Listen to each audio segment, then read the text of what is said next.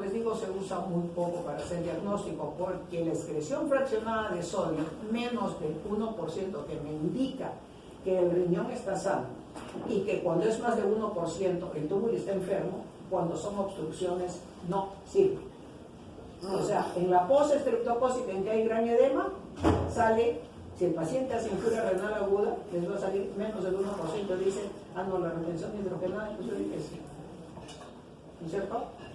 En los pacientes con mioglobinuria, en la rhabdomiolisis que usted mencionaba, la excreción fraccionada de sodio es menos de 1% y está con necrosis tubular aguda que debe ser más de 1%. En el paciente al que tiene un cáncer y que no lo protegieron y le dan la quimioterapia, se rompen un montón de células neoplásicas, liberan calcio, fósforo y un montón de ácido úrico que puede tapar el riñón, le hacen excreción fraccionada de sodio y es menos del 1%. Y dice, no es necrosis tubular aguda, es una prerrenal y se pueden equivocar. Entonces, por esa razón es que ha caído en desuso, pero es mi obligación enseñarles porque no es una pregunta. Y esta es la fórmula. O sea, la relación urinaria plasmática de sodio sobre la relación urinaria plasmática de creatinina. ¿Cómo lo decimos? UP de sodio sobre UP de creatinina por 100. Menos de 1% es, menos de 1% es una pre-renal. Y estos son los biomarcadores de injuria renal que han salido, son los nuevos biomarcadores que a partir del año 2013 a 2015 salieron. El que tiene más popularidad es el NDAL, que es la lipocalina asociada a la gelatinasa del neutrófilo, así se llama la cosa esta, ¿ya? ¿Cuál es la otra? El KIM1, que es la molécula de injuria renal tipo 1. Y la otra es la microalbuminuria, ¿no? Entonces esas son tres que han estado en uso por mucho tiempo. Actualmente están siendo cuestionadas. ¿Por qué razón? Porque la presencia de injuria renal aguda, como han visto, la necrosis tubular aguda en todo el espectro que se da es de múltiples comorbilidades y la reacción inflamatoria es tan severa que no se ha podido estandarizar los valores de esto. Entonces, cuando se miden estos valores, si no tienes tú un estándar a partir de cuánto estas moléculas de injuria se consideran patológicas como para poder decir que es un estadio 3, no hay forma. Entonces, todavía se necesita más investigación, pero es importante que conozcan que en esto se está trabajando. La siguiente.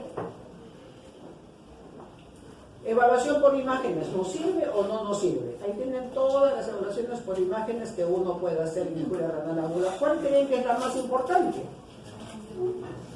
La que está arriba, ¿no es cierto? Obviamente. Con la ecografía, ¿para qué me sirve? Saber si tiene uno o dos riñones. Segundo, si están grandes o no. Si está dilatada la vía urinaria o no, que tiene neuropatía obstructiva. Si la diferenciación corticomedular es buena o mala. Si es mala, ya fue. Si es crónico, con una cosa aguda encima. Si está buena la diferenciación, es un agudo y sigue siendo agudo. ¿No es cierto? Tiene piedras, las voy a ver. Tiene un tumor, lo voy a ver. Está dilatado el sistema piero-calicial, en próstata o un tumor que está obstruyendo ambos uréteres. Y el Doppler, ¿para qué me sirve? En manos bien entrenadas, y el índice de resistividad de las arterias, que me puede decir si hay microangiopatías, trombosis o embolias en los vasos renales. Entonces, la ecografía me sirve si la gente está bien entrenada, sí, porque hay mucha variación interobservador, sobre todo en lo que es el Doppler. Ahí se necesita mucha mano. No tenemos mucha gente entrenada. Tenemos solamente a dos que son muy buenos, que están en la clínica americana cuando quieran buscarlos, ¿no? En el caso que necesiten. La tomografía computarizada nos va a servir en injuria renal aguda en el caso de que sospechemos un cálculo enclavado, porque la ecografía muchas veces ve cálculos por encima de 4 o 5 milímetros, de repente tenemos un calculito metido en la zona estrechada del uréter, que es donde la parte más tendrá del uréter. En el lado derecho, donde hay cruce con una... Ya, no lo voy a utilizar, pero es ahí. La resonancia magnética en realidad no nos ayuda, es algo que estamos sospechando de tumores, que en el momento definitivo no nos sirve. La ecografía nos va a ayudar para poder ver eso. La urografía excretoria no es útil, salvo que el paciente pues tenga un problema obstructivo, y en ese caso lo que utilizamos es cistografía con pielografía retrógrada. O sea, se mete el cistoscopio, se pone el contraste por vía retrógrada no es nefrotóxico. O sea, ¿se puede usar contraste en injuria renal aguda para diagnóstico de obstrucción? Sí, pero para los cistoscopios retrógrado. ¿Dónde está la obstrucción?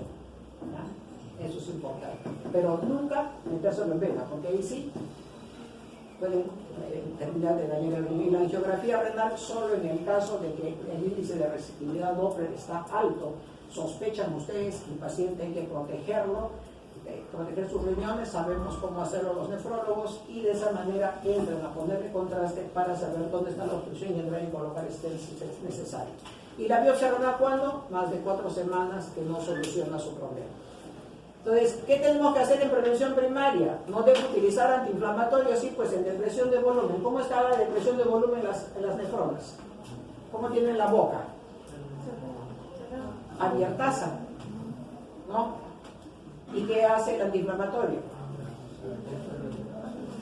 Agarra la prostaglandina, las bota y ¿qué pasa con la arteriola aferente? Por lo tanto, en el que está depletado el volumen o recibe diuréticos, ¿les puedo dar AINES? No, pues, ¿no? En los que tienen disminución del volumen circulante efectivo, o sea, está tremendamente hinchado, entonces digo que está hinchado, que sobra agua. No, porque el volumen circulante efectivo puede estar depletado porque está escapando fluido hacia el intersticio. Con ellos hay que tener más cuidado porque uno puede equivocarse porque lo ve hinchadito y dice, sí, le puedo dar antiinflamatorio, le está doliendo la columna, le está doliendo la rodilla. No usen antiinflamatorio. En pacientes con insuficiencia renal previa, el antiinflamatorio no hay que darlo, porque si tienen enfermedad renal previa, los que quedan están con la boca abierta para mantener perfusión y filtración glomerular. Y concomitantemente con IECA o BRAC, pues esa es una burrada bien grande. No tiene un paciente con un IECA o un BRAC que ya le están viendo la referente, le doy una que le va a cerrar la referente, ahí sí, ni mandar que no salga. Prevención primaria con contraste, hay que hidratar 8 horas previas al estudio. ¿Con qué? Con cloruro de sodio. Y acaba de salir un artículo comparando acetilcisteína, bicarbonato isoosmolar y cloruro de sodio y sigue siendo cloruro de sodio. ¿Cómo lo uso? Tengo un paciente y me pregunta, oye, me van a hacer un contraste, tengo la creatinina elevada, 1 mililitro por kilo por hora, desde las 8 horas previas hasta las 8 horas post, y con eso el riñón está protegido de que pueda hacer nefropatía por contraste. Y siempre utilizar la menor cantidad posible de contraste y evaluar la creatinina a las 48 horas. El contraste no intoxica a las 24 horas, es a las 48 horas. Entonces, ¿cuáles son los principios de manejo? ¿Ya ve cómo se duerme este joven? Ya rico duerme.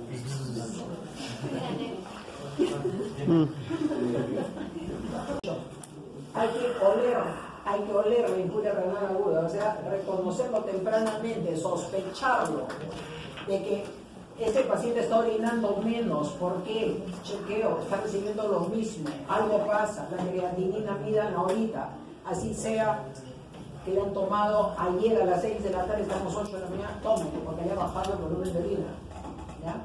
Y no se olviden que es 0,3 la diferencia, 0,3, solamente la versión de 0,3 ya es altamente sospechoso de que ustedes tienen una injuria renal aguda. Hay que identificar y revertir todas las causas de fondo, o sea, póngale agua, pásenle sangre, controlen la arritmia, mejoren la función cardíaca, mejoren la ventilación de este paciente. ¿Qué más? Controlen la infección. ¿Qué más? ¿Cuáles son todas las reversibles? Bajen la presión arterial, si que está hipertenso. ¿Algo más? ¿Se acabó? ¿Se acabó? Se acabó, ¿no? Corrección del estado prerrenal y mantener la hemodinamia, que es lo que estamos hablando en este momento. Excluir todas las causas porrenales, el que no mete el dedo, mete la pata, toma la ecografía, vean la cruzada de vejiga. Evitar los agentes nefrotóxicos y de acuerdo a las fórmulas ajustadas. Lo importante es, si ustedes no tienen la tabla, que está en todo, pueden encontrarla en internet para ajuste de dosis, la dosis inicial es dosis plena, simple. O sea, no se hagan bolas si es que están apurados y en ese momento se olvidaron el teléfono en el consultorio o no lo trajeron o está descargado, trajeron cargado, tranquilos. La dosis de carga es exactamente igual para todos. La regulación viene después de la dosis inicial. ¿No? Eso es importante que lo hagan, así que no se angustien.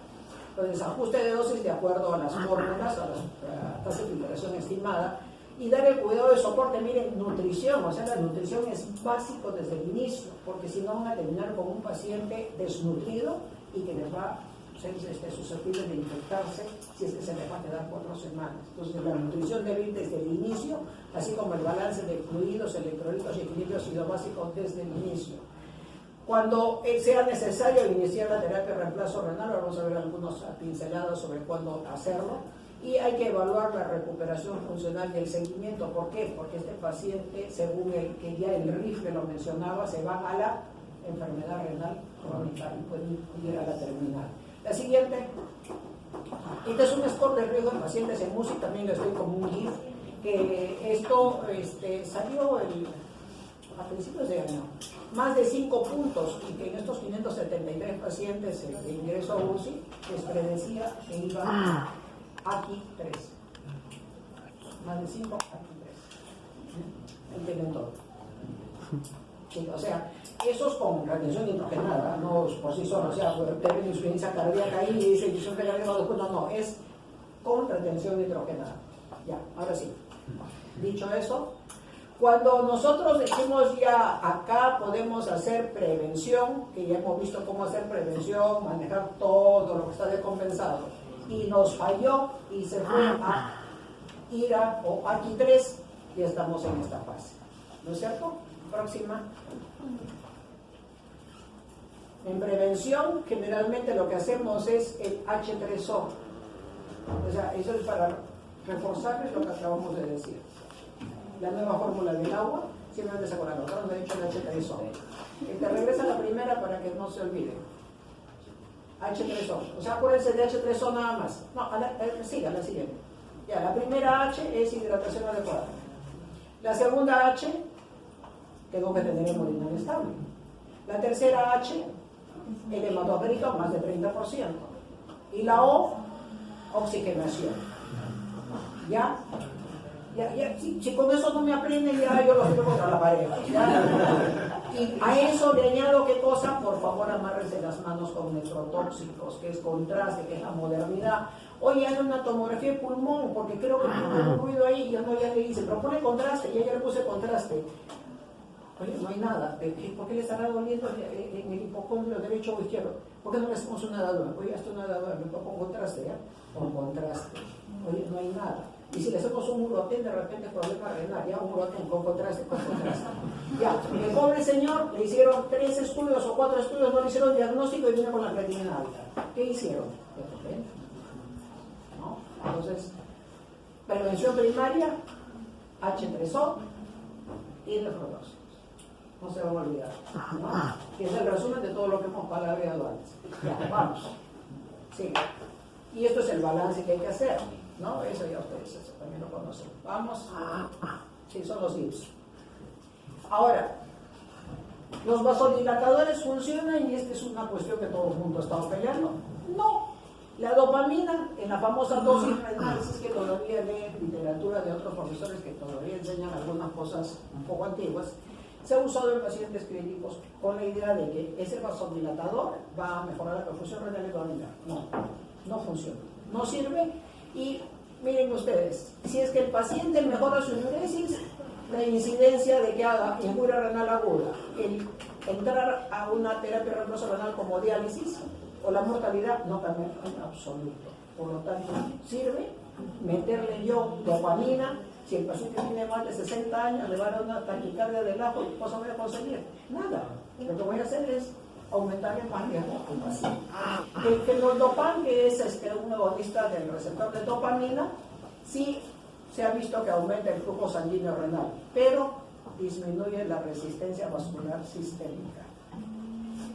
Si disminuye la resistencia vascular sistémica, ojo, hay que tener mucho cuidado con los valores de presión arterial.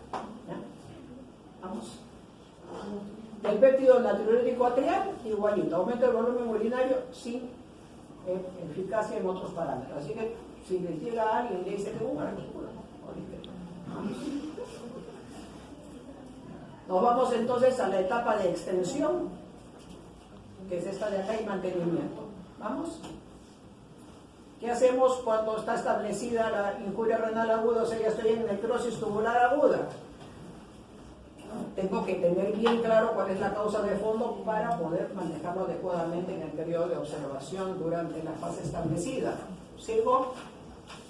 y tengo que manejar ya las complicaciones agudas, porque ya acá ya no tengo más que hacer, acá se acabó la prevención. ¿Vamos?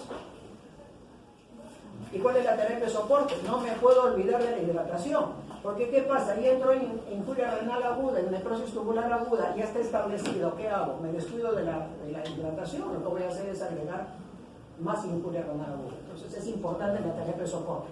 Puedo hacerlo con cloruro de sodio, puedo utilizar lactato de rinja también, pero ¿cuál es el tema con el lactato de rinja? Tiene potasio, entonces mucho cuidado. Si el paciente lo que tiene es por pérdida de potasio, por la causa que ha determinado la injuria renal aguda, sí pueden usar lactato de rinja. O sea, no hay ninguna contraindicación, como antes se decía, no usen lactato de rinja, que el lactato es malo, falso. Exactamente igual que el cloruro de sodio, depende del paciente. El soporte hemodinámico debe continuar, o sea, no puedo dejar que el cardiólogo se me escape para manejar la arritmia cardíaca o la falla cardíaca congestiva. Y la diuresis mínima, ya ustedes saben que menos de medio mililitro por kilo por hora califica para las injurias renales agudas, por lo tanto, la diuresis debe ser 0,5 o más, que es el valor mínimo aceptable de que estoy manejando adecuadamente a mi paciente. Entonces, ¿qué tengo que manejar de las complicaciones? Sobrecarga de volumen. ¿Qué hago con la sobrecarga de volumen? Restringo fluidos, restringo sodio y utilizo, ¿qué diuréticos utilizo? Teasa. ¿Por qué vía lo utilizo? Parenteral. Cuando volvió ahora no va a funcionar, ¿no es cierto? Y voy titulando las dosis. Recordar siempre que la furosemida tiene dosis umbral. ¿Qué significa dosis umbral? Yo acá Armando lo tengo edematoso. Entonces le doy, vamos a ponerle una ampolla endovenosa mañana y noche. No hubo respuesta. Voy a aumentarle la dosis. Le pongo mañana, tarde y noche. ¿Le voy a aumentar la respuesta? No.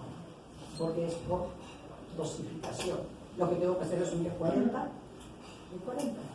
O 40, 40 y 40. O sea, hay dosis umbral. Cuando no hay respuesta, no es de que yo aumente la frecuencia, es que yo aumente la titulación en dosis. Eso tiene la furosemida. Y el otro efecto importante que tiene la furosemida para los pacientes con insuficiencia cardíaca cuando llegan a la clínica y doctores jovencitos, ¿no?, en la emergencia, que dicen, doctor Santibáñez le ha puesto furosemida 4 ampollas al paciente, y el paciente no se da cuenta que no orina. Yo sé rato que sé que no orina. ¿Cuál es el efecto plus que tiene la furosemida? Dilatación venosa. Entonces acomoda y me da tiempo a que no vaya a quemar sus pulmones para edema agudo mientras yo preparo la máquina de diálisis. Ese es el efecto plus que tiene. Pero no estoy tan viajado de la medicina. Pero los jóvenes me dicen, se puso y me intenta ver eso. Un chismeado.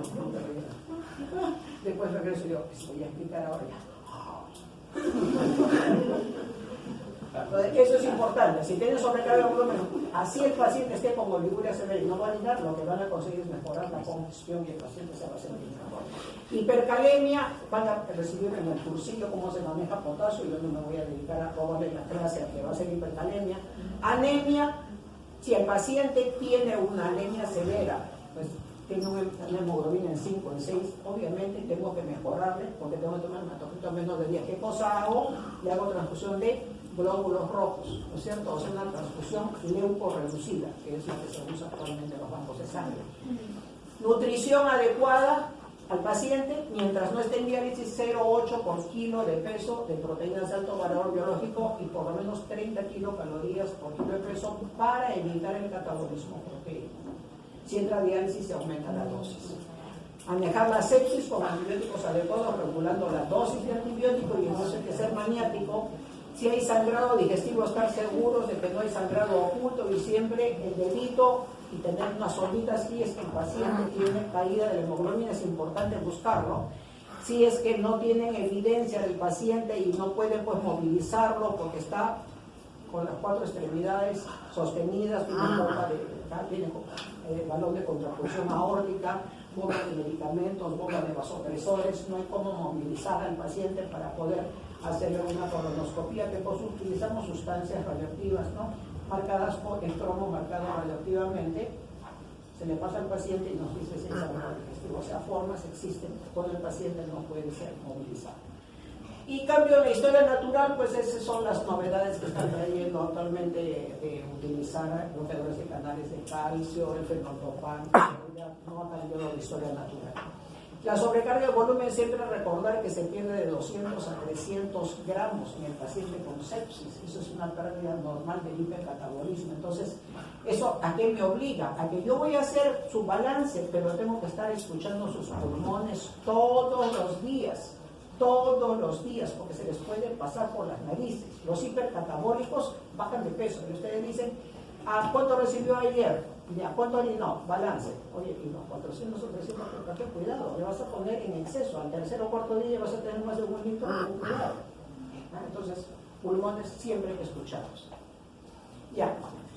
Y miren ustedes, lo que se encontró en este estudio, que es bastante antiguo, del 2003, y que sigue persiguiendo porque nadie ha contravenido esto, no ha vuelto a hacer otro estudio, es que cuando se ven factores de riesgo para muerte en la forma isquémica o en la forma mixta nefrotóxico, la oliguria es la única que muestra que hay una relación con riesgo de muerte. Es obvio, porque si tiene oliguria voy a retener más potasio, no voy a poder eliminar el exceso de volumen, voy a tener congestión pulmonar, voy a tener más hipertensión, voy a tener más falla cardíaca.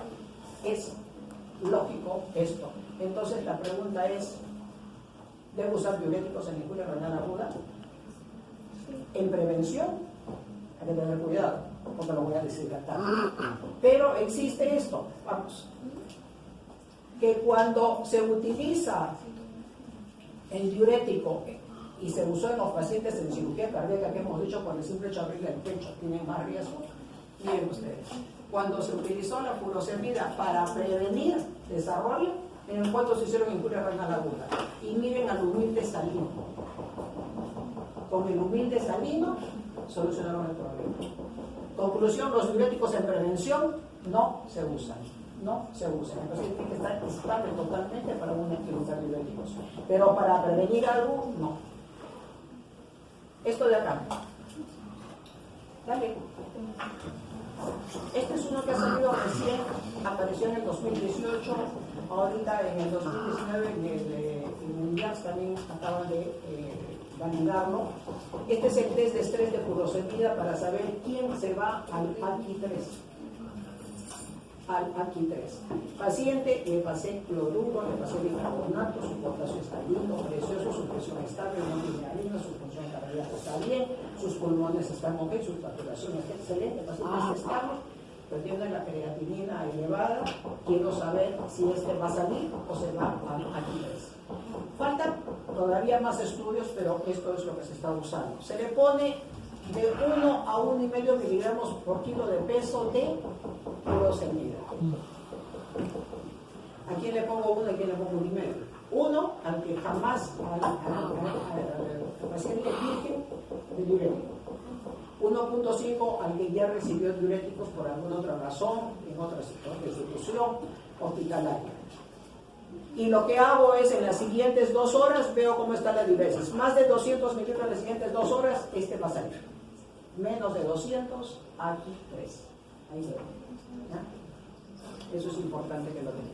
Ahora, la furosemida, para lo que nos sirve es una vez que el paciente está en injuria renal aguda establecida, dada dosis altas, nos permite pues mejorar la diuresis sin cambiar nada de lo que es la evolución o el pronóstico, pero sí nos permite alimentarlo adecuadamente, que tenga menos hipercalemia, que tenga menos acidemia, y eso ya es un punto a favor nuestro y disminuye el riesgo pues, de entrar a terapia de reemplazo renal.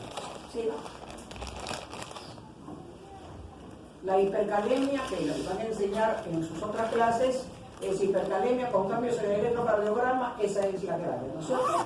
Signos en el electro, no. O potasio más de 6.5, o un aumento súbito por destrucción celular, como sucede en la rhabdomiolisis, el politraumatizado del cerebro, ¿no? O el paciente que recibe quimioterapia. Aquí, dele, eso se llama emergencia médica. Emergencia médica, esto es una emergencia. Entonces, ¿qué van a aprender cuando les enseñen la clase de potasio? Lo primero que se usa, vamos, el gluconato de calcio para la estabilidad de la membrana. Y el resto, insulina más glucosa, agonistas beta-adrenérgicos y bicarbonato de sodio es simplemente meter el potasio dentro de la célula hasta esperar de que venga el nefrólogo y lo analice. La síntesis electrolítica de hiponatremia es dilucional y por lo tanto le voy a meter más sodio a una infuria renal aguda. No, pues lo que hago es que quito agua, ¿no es cierto? En la acidosis metabólica, siempre y cuando el bicarbonato sea menos de 15. Más de 15, ni lo toquen, solito se va a corregir conforme ustedes vayan chequeando al paciente. Menos de 15 es el punto de corte. La hiperfosfatemia, los agentes quelantes del fósforo, el más simple es el carbonato de calcio, o pueden utilizar también el cerelamer, que es un fijador no cálcico. La hipocalcemia, salvo que sea sintomática, y la hipocalcemia del paciente con rhabdomiólisis está prohibido darle, porque va a soltar tal cantidad de calcio después de que ustedes mejoren la perfusión, que el paciente se viene hipocalcemia. Entonces la hipocalcemia, manejarla solo cuando es sintomática, no más. Y en rhabdomiólisis, amárrense en las manos, tengan mucho cuidado, revísenlo para que rompa su curiosidad, ¿no? Mañana me cuentan de qué han leído. El magnesio se retiene obviamente porque no hay forma de eliminarse, esto es una cosa habitual, y la hiperuricemia se debe a que el túbulo ha estado tratando de reabsorber más y puede elevarlo, o cuando hay síndrome de crisis tumoral. Vamos, sigamos. La anemia de estos pacientes, siempre hay que estar seguros que no es hemodilución. Ojo, si está hinchadazo y la hemoglobina el día anteayer estaba en 11 y hoy día está en 9.5, nada de correr a transfundirlo. Primero chequeen si no está diluido, no está edematoso. Para eso hay camas en las unidades de cuidados intensivos que los pesan a los pacientes. Entonces, estar seguros que no es eso.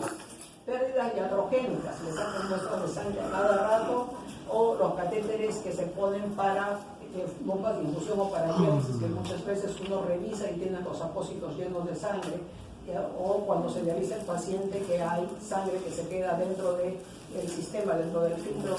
He visto hoy día en la práctica, ese filtro puede quedarse con sangre residual. Puede haber también fragilidad intracitaria aumentada, ¿no? Por el tema de la enfermedad de fondo, o sea, el glóbulo rojo se muere antes de tiempo.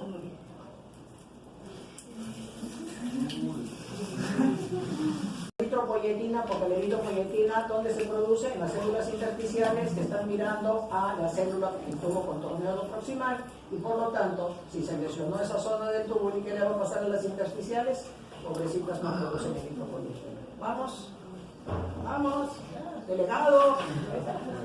La nutrición, acá está lo que les decía, 20 a 30 calorías para poder cortar el catabolismo proteico. Si le dan menos, el paciente va a hacer catabolismo proteico y la urea les va a trepar y después ustedes van a decir, está hipercatabólico, está peor, y no es así, no le estamos dando suficientes calorías. Entonces, para dar esta cantidad de calorías y la cantidad de proteínas que hay que darle, se necesita buen volumen de dieta.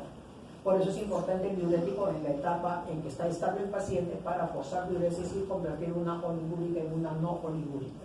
Esto es parte importante, ¿no?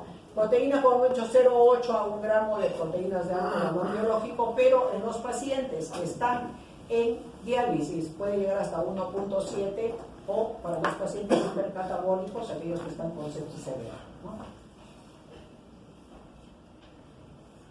¿Cuándo dializo al paciente?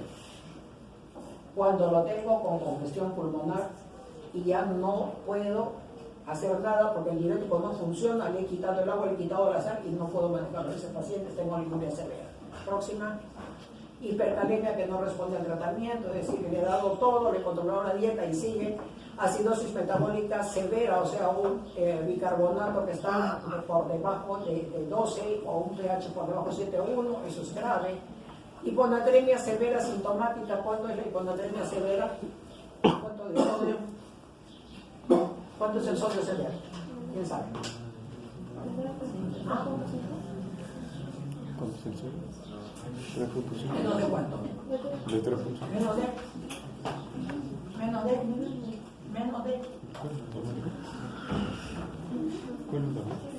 Hiponatremia severa, menos de cuánto. 3.5. Porque hiponatremia menor de 136. Hiponatremia severa, estoy hablando. Hiponatremia es todo que es menos de 136. Hiponatremia severa menos de 120. sintomática, o sea, si tiene hiponatremia y no es sintomático, tranquilos, todavía pueden manejarlo.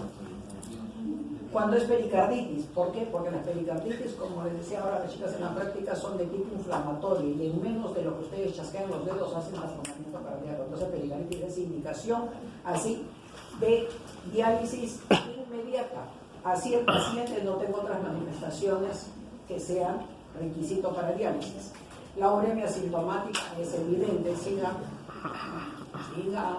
delegado. El paciente, creo que él está encefalopático.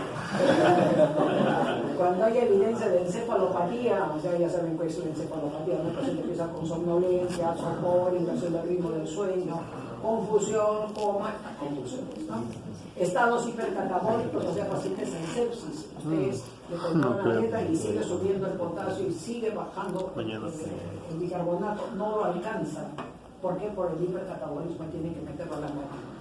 Remoción de toxinas cuando alguien pues se peleó con la novia o con el novio, ¿no? Y dice, ay, soy una rata, me quiero morir, y se toman pues agarran un frasco de pastillas, se toman, para eso también sirven, hacen injuria renal aguda por toxicidad, hipotensión, depresión de volumen, generalmente son los antidepresivos, ¿no?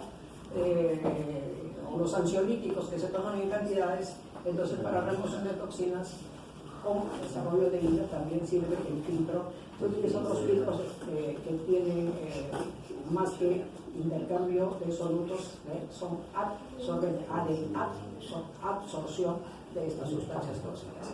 Y el paciente con sangrado urémico severo, ¿no? Por esa disfunción plaquetaria, la uremia es severa, o sea, un paciente con 350 de urea, ese está sangrando por todos lados. Donde le ponen el tensiómetro, está morado, le sacan una muestra de sangre, ponen el dedo ahí, 5 minutos, 10 minutos, sacan y sigue resumando sangre. Ese paciente tiene que estar a la máquina porque en cualquier momento les hace un sangrado severo, ¿no? ¿Cuándo debe iniciarse? ¿Y qué tipo de reemplazo utilizar? ¿Y cuál es la dosis de diálisis? ¿Y qué magnitud de la sobrecarga va a controlarse? Y yo les cuento. ¿Cuándo debe iniciarse la diálisis? Cuando existen evidencias de toxicidad por melamina. ¿Qué tipo de reemplazo debe utilizarse? Si el paciente está estable hemodinámicamente, la hemodiálisis común, hemodiálisis silvestre. Si el paciente está inestable hemodinámicamente, las terapias lentas, o sea, la hemofiltración venosa o la hemodiafiltración, que son terapias lentas, que son de 24 a 48 horas continuas y que solamente con la presión del vaso del paciente, se produce esto. Tienen riesgos porque se coagulan constantemente y entonces se puede perder sangre importante en los filtros, pero cuando hay inestabilidad hemodinámica uno tiene que sacrificar esto y uno tiene la opción de poder transfundir al paciente, ¿no? Ahora, ¿cuál es la dosis de diálisis? Eso va a depender pues de cómo indemnizado es el paciente, ¿no? Si es un paciente con una uremia severa, probablemente lo tengan que poner en terapia lenta más de 24 horas. En lo que se refiere a hemodiálisis, diálisis diaria, ¿no? Hasta que el paciente se desinemice. ¿Y cuánto de la sobrecarga de agua y sal debe controlarse? La suficiente como para que el paciente pueda estar estable hemodinámicamente. Nunca secar al paciente porque añade un insulto. Porque ese es uno de los riesgos de la terapia de diálisis, que uno gane más volumen del que corresponde, porque quiere tener al paciente sequito, sin edemas. ¿Y qué cosa pasa con el intravascular? Se seca antes de los edemas, y el paciente puede añadir injuria aguda sobre lo que ya tiene. ¿Siga? Usar membranas biocompatibles, obviamente, que es lo que se usa actualmente. La modalidad de la terapia de reemplazo renal solo en hipertensión intracraniana es la única que uno puede decir, acá no tienes elección, acá es terapia de reemplazo renal continuo prolongado, de alta eficiencia. Ahí no se trata, es la única, o sea, en hipertensión endocraniana. ¿Es mejor la terapia continua de altas dosis que la dosis baja? Hasta ahora no se responde esa pregunta. O sea, ¿qué es lo que tengo que hacer? Elegir en qué momento utilizar terapia de reemplazo renal, saber cuál es la modalidad que debe usar el paciente, lo que va a dictar la diferencia es hipertensión endocraniana, estabilidad cardiovascular, nada más. Si no hay ninguna de esas dos, su máquina de diálisis común y corriente como la que han visto acá en el hospital. Diálisis peritoneal no es situable pues, en una insuficiencia renal aguda, ¿no? Y el tiempo de inicio, los resultados son contradictorios. Eso cada uno toma la decisión en qué momento su paciente requiere de apoyo de reemplazo renal. En la posrenal, sondita, ciatostático, ¿no? Su sondita, y si la obstrucción es arriba, se entra por punción en la zona lumbar y se coloca el catéter de prostomía o se coloca un stent ureteral. Y hidratarlo adecuadamente, porque cuando la obstrucción esté tiempo prolongado, las diuresis pueden ser, aunque no lo crean, de 12 hasta 20 litros. Es todo lo que se requiere, sí. Eso es lo que pone ahí. La siguiente. Y aquí ya les pongo los GIFs para que vean en su casa. Ahí está lo que usted hablaba, la ira por pigmentos. La rhabdomiolisis, siga. Les dejo las causas de hemoglobinuria, de mioglobinuria. Puede seguir. Ahí tienen una pierna de alguien que tiene un síndrome de aplastamiento, siga. El tratamiento es abrigo, ¿no? El tratamiento es abrigo, lo ven así como la panza de la chica, le ponen ustedes a la sartén y igualito. El que está haciendo el video va a salir la panza de la chica, así, ¿no? Ya.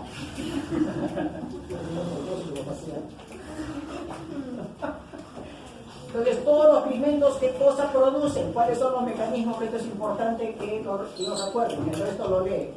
¿Por qué hay depresión de volumen? ¿Por qué? Porque en la zona de aplastamiento, por ejemplo, en las cuadros de rhabdomiolisis, hay gran edema y se acumula gran cantidad de fluidos dentro de toda esa masa muscular.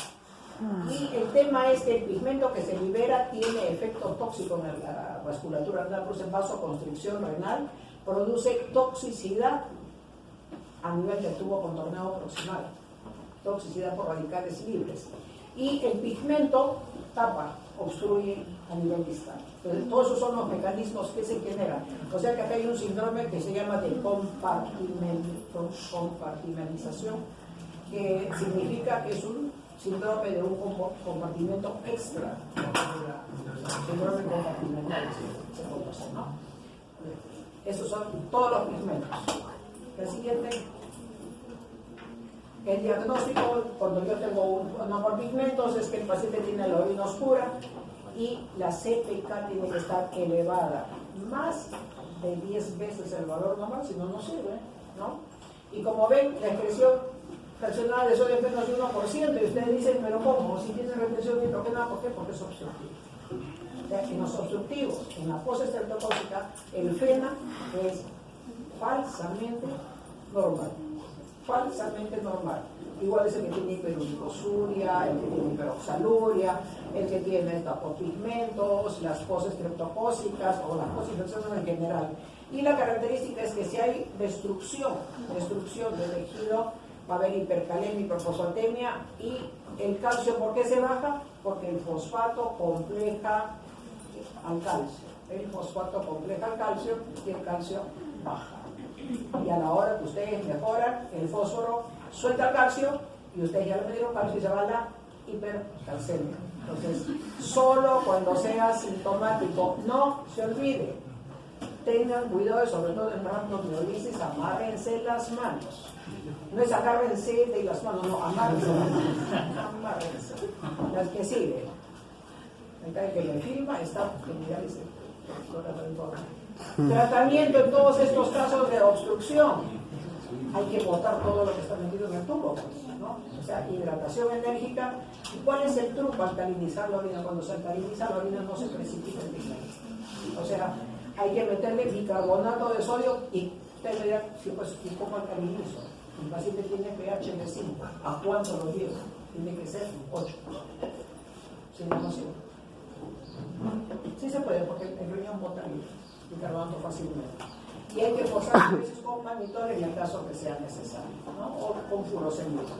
Y en uratos, que puede ser el famoso cuadro de los linfomas leucemios, cuando se da quimioterapia, que hemos dicho que libera gran cantidad, también puede verse en los pacientes con convulsiones, estatus convulsivos, que hay destrucción de tejidos, o hay cuadros de solamente hiperuricosuria, que son de tipo familiar, ¿no? Aquí lo importante es cómo saben ustedes que ese ácido úrico alto ha causado la retención nitrogenada. Puedo tener yo 15 de ácido úrico y de repente es porque está depletado de volumen o porque está hipercalcémico. Además, yo quiero saber si el ácido úrico ha obstruido intratubularmente y yo tengo que bajar ese ácido úrico como del lugar. Tiene que haber retención nitrogenada y ácido úrico más de 15. Si no, no es válido el diagnóstico. ¿Qué otra prueba puedo utilizar? En la orina, pido que me midan ácido úrico y creatinina en miligramos por decilitro. Si el valor es más de 1, ese riñón, esa injuria renal aguda es por obstrucción, por uratos, y lo que tengo que hacer es ¿qué cosa?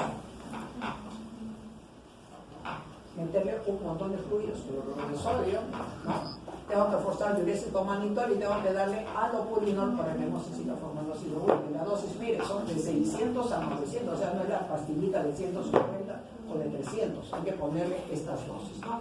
La alcalinización urinaria que antes usaba se ha suspendido porque se forman cristales de fosfatos, entonces, como decía mi abuelita, cambiamos mucho por agua, ¿no? La injuria por ahí me la leen ustedes, porque eso no va a haber nefrotoxicidad, siga. Esto de acá, no se pueden olvidar. ¿Qué dice ahí? O sea, el glicósido simplemente espera sentadito que te vas a intoxicar. ¿Cuándo? Cuando yo tengo más de 7 días. Entonces, siempre son nefrotóxicos los aminoglicósidos, siempre. Es cuestión de cuántos días tenés. Y lo importante es que los factores de riesgo, no es que yo le voy a decir, por ejemplo, acá usted se pida a Costa, ya, que le diga a Costa, que no te vayan a poner a ningún para la infección que tiene en la medicación, que ni se te ocurra. Entonces me dirá, ¿por qué? ¿Tengo factores de riesgo? No, si no tengo factores de riesgo no hay problema, voy a recibirlo tranquilamente. Al séptimo día, yo tengo la obligación de checar la densidad urinaria, si su densidad urinaria de la primera orina es normal. Si ya está baja o estás intoxicado, te suspende todo. Pero, ¿cuáles son?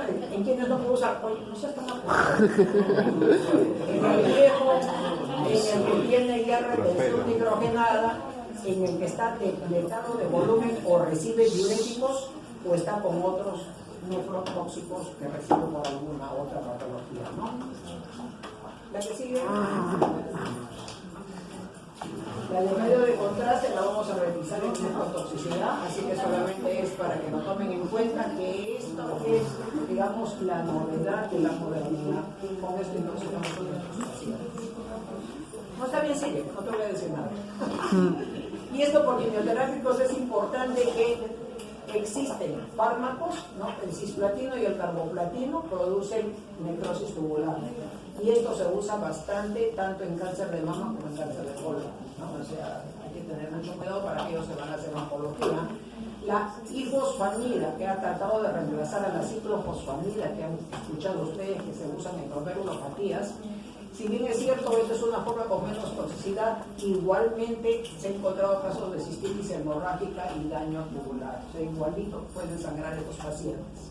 En bevacizumab, pueden ustedes, pacientes con degeneración macular, diabéticos o familiares de ustedes que sean mayores de edad, han visto que el bevacizumab, que es un fármaco antiangiogénico, se utiliza para las lesiones maculares húmedas y se produce inyección intraocular. Estos pueden producir microangiopatía, o sea, podemos tener el mismo, lo mismo que la mitomicina C y la gencitabina también. O sea, si me preguntan microangiopatía trombótica por fármacos, esto es como para la cabeza. Bevacizumab y mitomicina C y gencitabina. ¿Listo? Ya, y esto para terminar. El síndrome hepatorrenal, que ahí se los he puesto. ¿Por qué se caracteriza el hepatorrenal? Porque hay una gran cantidad de sustancias tóxicas que se producen con la falla hepática y la característica en el paciente cirrótico hay hipertensión portal y hay vasodilatación generalizada. Entonces el riñón dice, horror, hay vasodilatación, me veo un montón de sangre, ¿qué hago yo? Y tiene un vasoconstricción cortical permanente. Entonces, ustedes hay que tener mucho cuidado para manejar el cirrótico, como han dicho en un momento, por el NASH ahora tenemos más cirróticos. Y estos pacientes tienen ya eso en contra. Ese es un punto en contra. Eso es bien challenging que uno quiera manejar a estos pacientes. Y como ven ahí hay dos tipos. El tipo 1 en 2 semanas quemó riñón y entran a falla severa. Esos pacientes, si no hacen trasplante hepático, es difícil. Como ven, los riñones son normales porque lo único que tiene el riñón es la vasoconstricción. Y simplemente es por la toxicidad que se produce y por la vasodilatación. Los tratamientos que tenemos es la terapia de recirculación absorbente, que es una diálisis llamada diálisis hepática, pero en realidad es una diálisis convencional, pero que se utiliza un material de tipo absorbente para liberar todas las toxinas urémicas y se utiliza, en vez del baño de bicarbonato que han visto los que han ido a diálisis, albúmina. O sea, ¿se imaginan el costo? Cada frasco de albúmina cuesta más de 150 soles. ¿Se imaginan? Para todo un sistema de diálisis lo que cuesta. Es carísimo. Y el otro es el shunt portosistémico transyugular hepático para poder mejorar el drenaje de estas sustancias tóxicas. Muy bien, eso es todo. Ya está, acabamos.